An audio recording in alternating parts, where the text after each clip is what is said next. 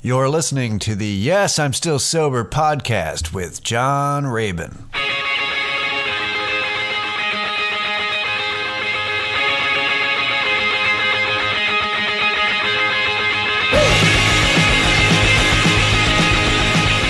Hello again. Welcome to the Yes, I'm Still Sober podcast with John Rabin, episode 49. Recorded on this day, May 29th, 2019. Hello, everybody. Hope you're having an okay week. I know a lot of people had a shitty week last week, and I hope this one is slightly better. That remains to be seen. We are into summer vacation. So in Austin, what that means is that the college kids are gone, a lot of them, or are leaving this week. But that also means that the actual kids are out of school and are running around. And so positives and negatives.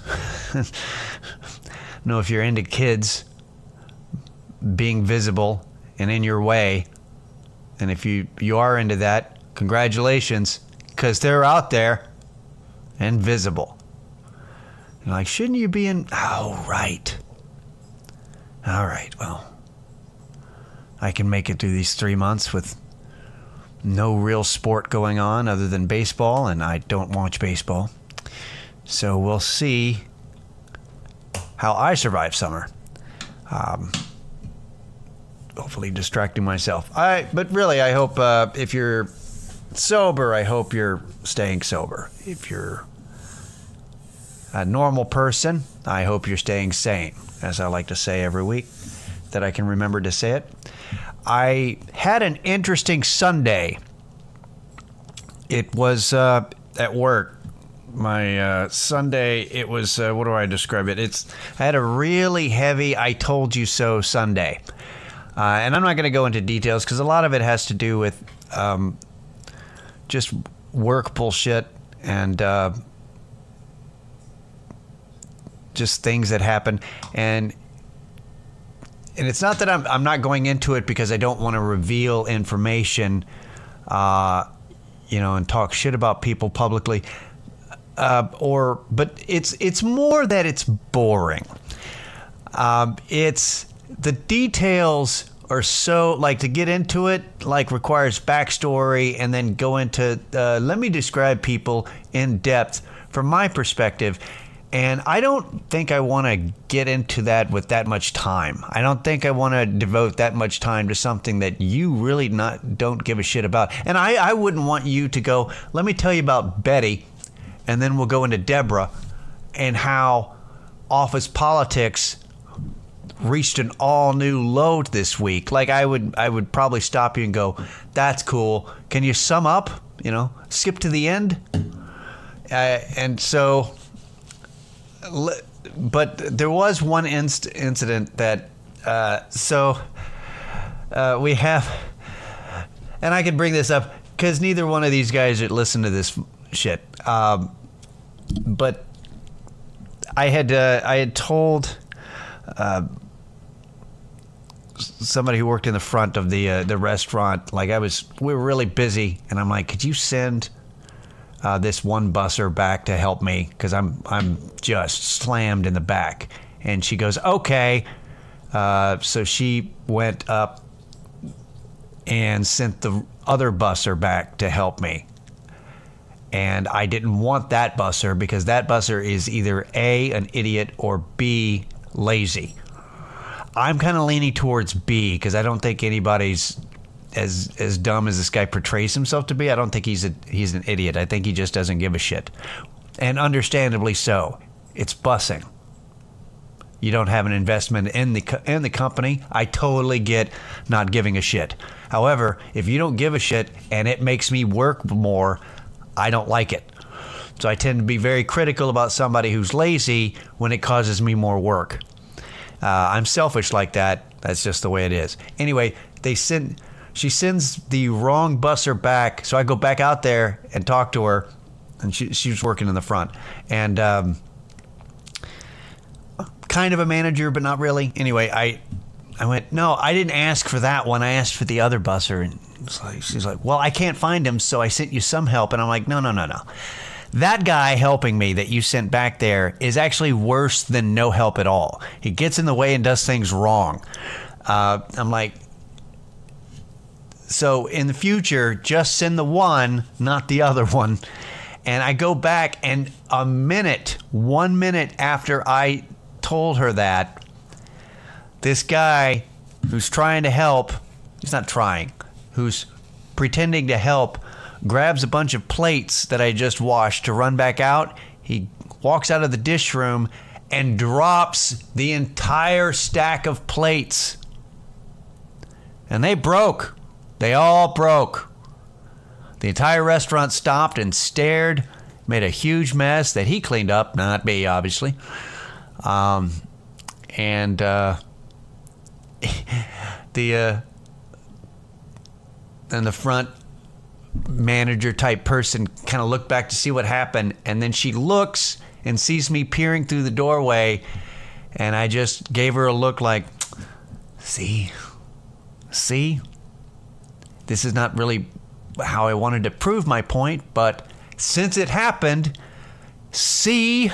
So this was one of like 4 different things that happened where I've been, that I had mentioned. Another one had to do with these 2 maintenance guys, contractors that came in and were supposed to fix the AC, and they did not. And I had just told management, I went, I don't like these guys. I think they're Nimrods. And then on Sunday when it was hot, I told someone in management, I went, look, I get it. I know I'm the boy who cried Nimrod. I get that I'm one of those guys. I know that I sound like asshole Chicken Little. But you have to discern the difference between me just bitching to try to be funny and sarcastic and dry, and then me actually going, hey, red flag here. These people suck. And so it was one of those things. But I had here's the negative here's a negative problem. It's just a big problem with me being right multiple times in a day. I already have a problem with my ego. I do not need it reinforced.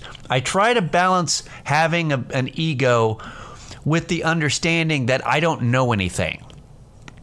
And I've been really good about this, especially in my comedy, in the stand-up comedy world, in our scene here in Austin, when I'm talking to people and when I'm listening, and they have an idea that I absolutely despise. Because I have realized that outside of my joke writing and my comedy, which I've worked on and I'm very proud of, outside of that, I don't know a goddamn thing. It's a new world. It's interesting to go, yes, after 23 years of doing comedy, I can safely say that I have no fucking idea what makes a successful show. Like, I don't really, when it comes to a new show at a bar or a club that has an interesting twist, I'm like going, ugh, a twist.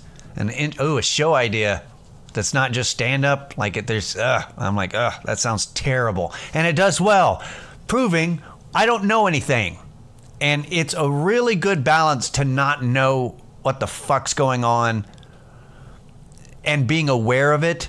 It helps balance out the ego. So when I do say something and you prove me right over and over again, it throws off the balance that I'm trying to keep. So if everybody could please prove me wrong and keep me being wrong at least half the time, it's going to be better for my mental health and my huge goddamn ego and self-centeredness that we all deal with.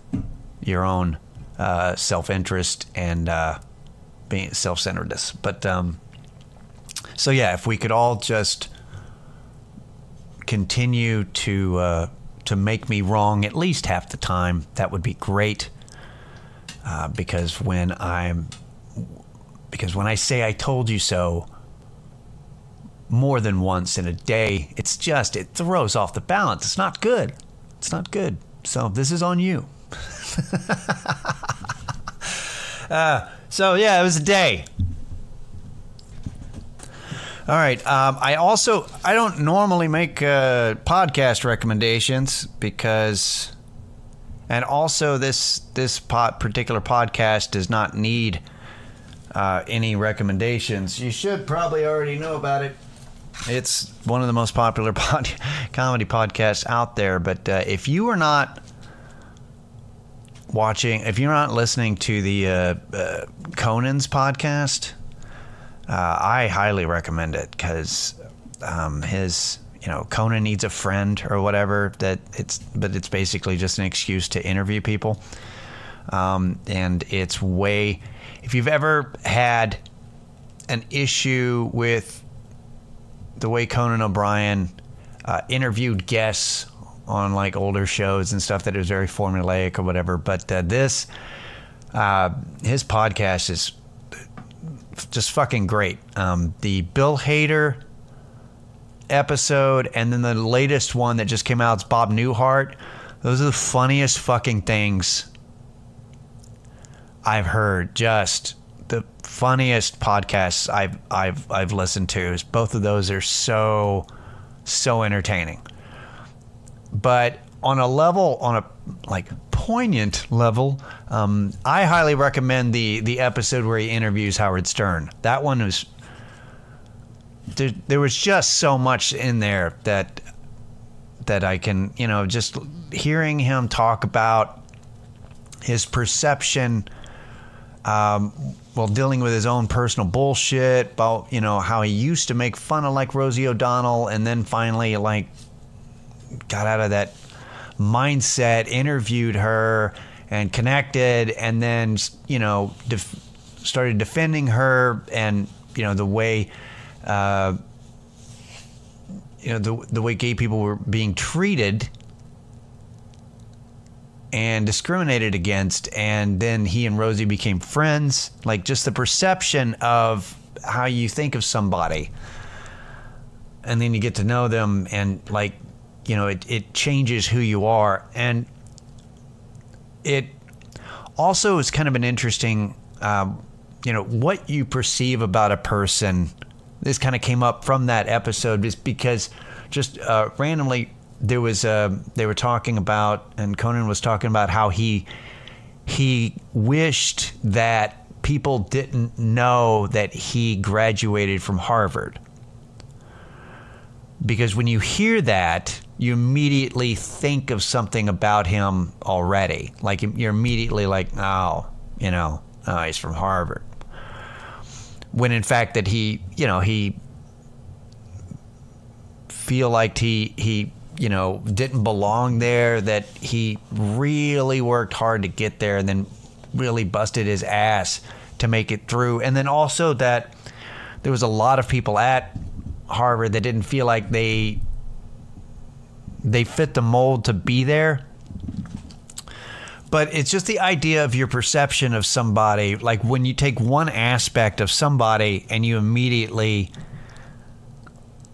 like, you are automatically define who that person is because you know one thing. And obviously we're all guilty of this to some degree. And I know I am, because it's a lot easier, when somebody annoys the shit out of you, that you're like, well, I don't like that guy at all. Like, I know the one thing about him, and like, that's it. Like, everything else, let me just paint by numbers the rest of their life because it's easier. And and there's things about that are there's things about that are fine. Like that like, if you can think of somebody a certain way, and it's fine, because you don't see them all the time. They're not a friend of yours. It's just a person. It's just easier to go, well, that's a nemesis of mine. I've told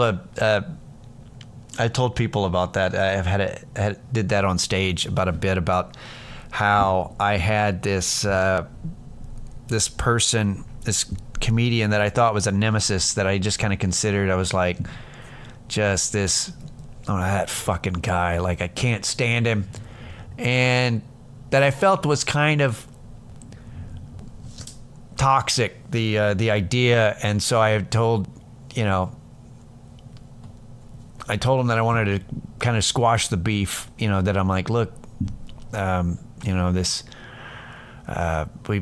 I just wanted to take care of this feud that we've got, and put it aside that, I feel like I'm in the wrong on this. So I kind of wanted to make sure that, just wanted to end this and just be cool, because it's just, life's too short to have this kind of bitterness. And, so I just kind of wanted to end the feud. And their response was, we're feuding? I thought we were cool. And then it realized, oh, this was all in my head. You didn't know that I disliked you so much until now. Well, I just wanted to let you know that we're cool. Oh, we're cool now? Oh, well, screwed that up. So that was not very successful, but I'm fine on my end now. I'm sure he doesn't hold anything against me whatsoever after revealing that. But anyway, but the point is that it's not healthy to limit. I don't know. The people are not one-dimensional characters in a poorly written script, and it's really easy because it's real easy when, especially if that person has beliefs that are not compatible with yours. They're on the other side of the divide. It's real easy to just completely not only not see their point, but just completely just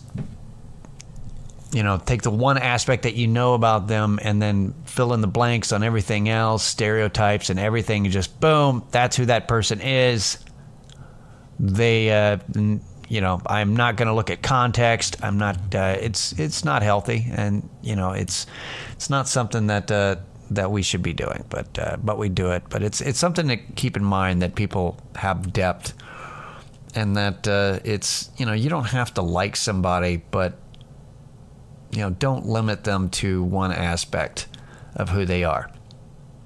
It's something I know I need to work on, and I thought I'd bring it up. But overall, the whole point is, the Conan podcast is nice. You should check that out. All right. Then one last thing. Oh yeah, I had an article. I saw this a couple days ago. Yesterday, from BBC News, that Johnson & Johnson faces trial over opioid crisis in Oklahoma. Johnson & Johnson, one of the world's largest drug manufacturers, has gone on trial in a multi-billion-dollar lawsuit by the U.S. state of Oklahoma. Prosecutors accuse the firm of deceptively marketing painkillers and downplaying addiction risks, fueling a so-called opioid epidemic. Johnson & Johnson denies wrongdoing and says it marketed products responsibly. So it is the first of 2,000 cases brought by state, local, and tribal governments against pharmaceutical firms in the U.S. So there's 2,000 cases about to happen, which means you're going to see drug manufacturers at some point declare bankruptcy. And then people are going to go, well, what do we do now? I don't know what's going to happen. So, and of course, then the article gives really scary statistics, like on average 130 Americans die from an opioid overdose every day, according to the Centers for Disease Control and Prevention. Jesus Christ. And then 2017, of the 70,200 people who died from an overdose, 68% involved a prescription or illegal opioid. in its court filing, Oklahoma alleged that Johnson & Johnson was the kingpin behind the worst man-made public health crisis in the state's history, growing and importing raw materials which other drug makers used for their own products. Another thing is the state lawyer for Oklahoma, Brad Beckworth, had said that Johnson & Johnson did so by marketing opioids as safe and effective for everyday pain, but downplayed addiction qualities and thus helped to create a drug oversupply. And then he said this, he said, if you have an oversupply, people will die. Man, nothing gets me against you faster than saying something in a rhyme. It really, turn around, don't drown, like that kind of shit just bugs me so much. If you got time to lean, you got time to clean. Look, you don't have to rhyme it. People are not, it's really patronizing that you think that people are so dumb you have to come up with a saying in a rhyme so that people, and maybe they are. Maybe I'm overestimating masses of people, that you have to give them some kind of marketing slogan.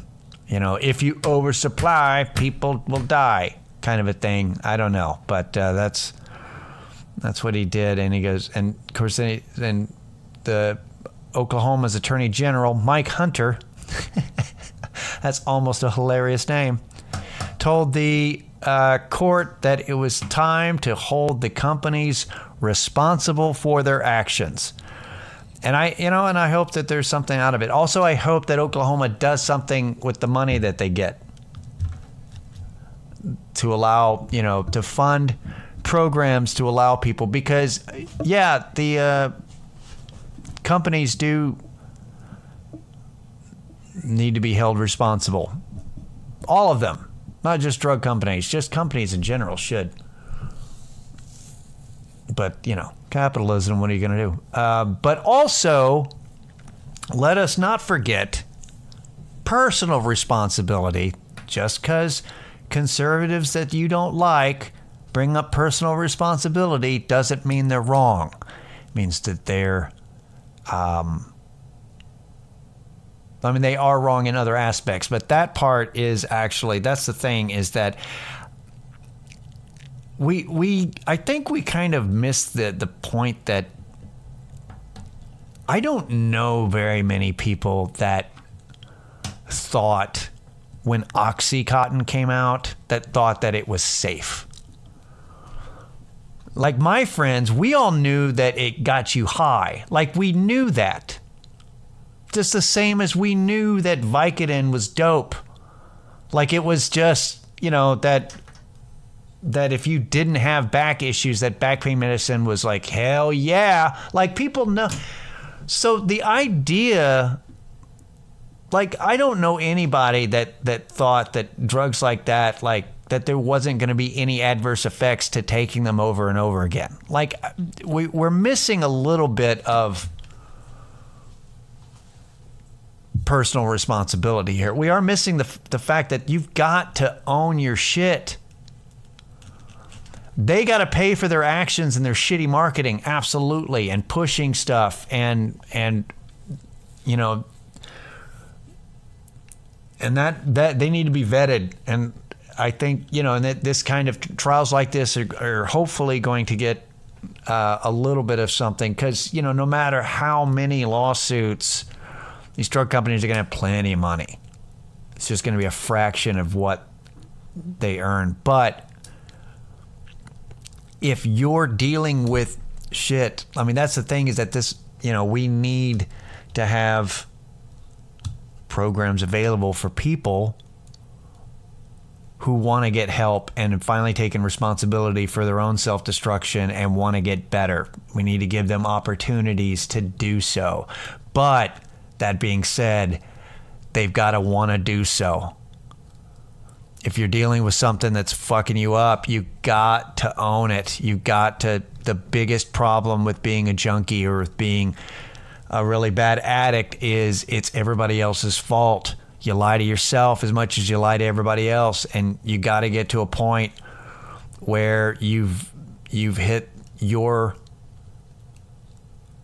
bottom, or what you consider to be rock bottom, even though it's not rock bottom, but you hit where you've had enough is enough, and you've got to get to a place where somebody confronts you with your own bullshit, and the realization's got to hit you that, oh, I am full of shit and I'm lying to myself, and it's time to own this. And then from there, you can start working on yourself and getting help.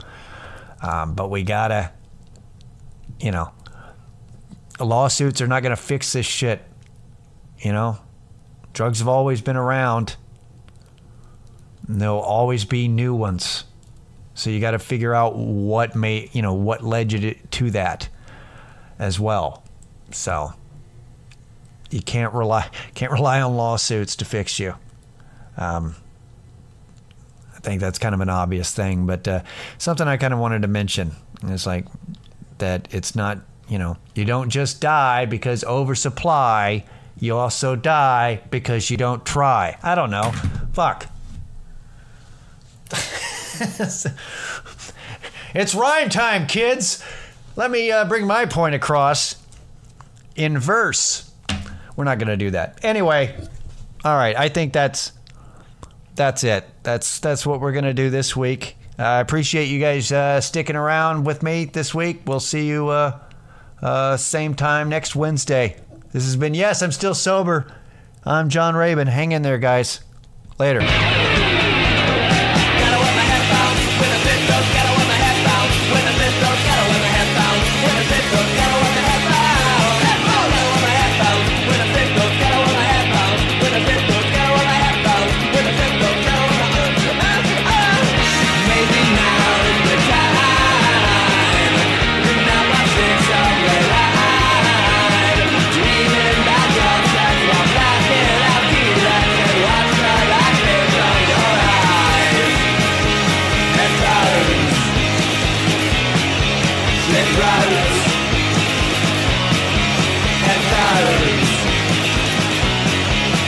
Right.